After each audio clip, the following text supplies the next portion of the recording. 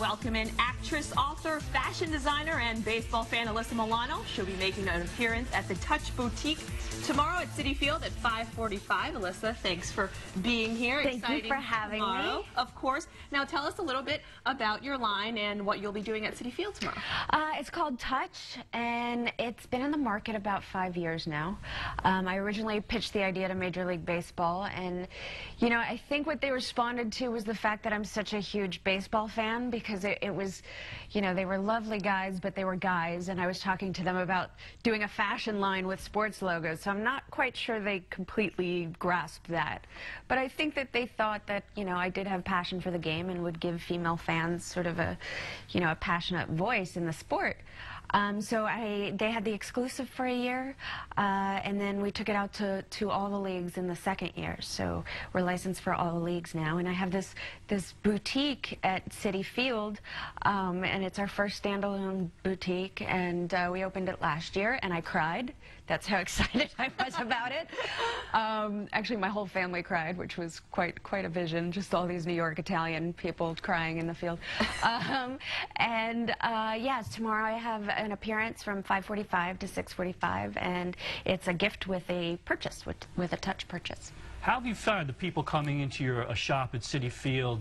Do you learn anything about the clothing they like and take that back, when you're doing your line? And also, do you look at this and say, hey, we can take this to other stadiums, and is that a possibility? We'd like to branch out to other stadiums, without a doubt, especially the newer stadiums that they're just building, because what we've found is with the older stadiums, they don't have the floor space for, a whole female line. Usually women sort of get one wall in the stadium shop. But yeah, my learning lessons about the clothing line are when I go to sporting events, and it could be any league. If I'm in, an arena and watching a hockey game, every league has its own sort of niche, and how the fans dress.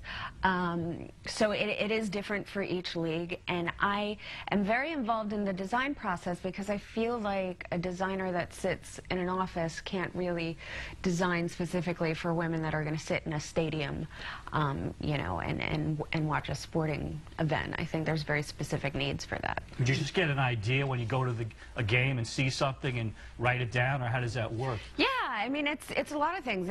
It's seeing how people are wearing, what they're wearing with their hoodies, and it's not just looking at the women, but also what's trending with the men in stadiums.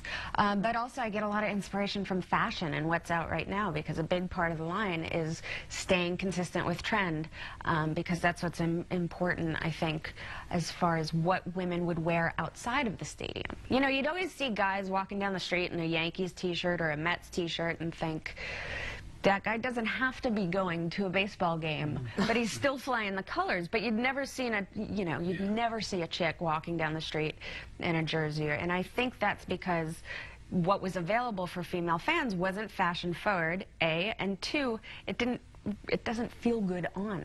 The stuff didn't feel good on. It felt boxy and, or was pink. You talk a lot about, being a New Yorker, rooting for the Dodgers out in L.A. Where does the passion, the love for baseball come from? I think like most girls, I grew up listening to very romantic stories about baseball from my dad. And I learned pretty quickly at a very young age that in order to connect with him, and also to my brother, I have a brother, so to be able to contribute to their conversations, I was going to need to know my stuff. And it was perfect, because they both have this very sort of romantic view. My brother has this very poetic.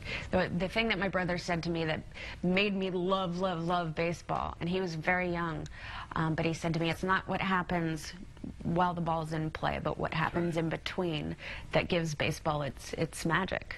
And he was, a kid, and I thought, oh yeah, so right. So it's all of that stuff that I love about it. Very cool. Well, we thank you so much for stopping by. Thank you for your support. I know you're very busy. Of I really course. appreciate it. Thank you so much. Good luck.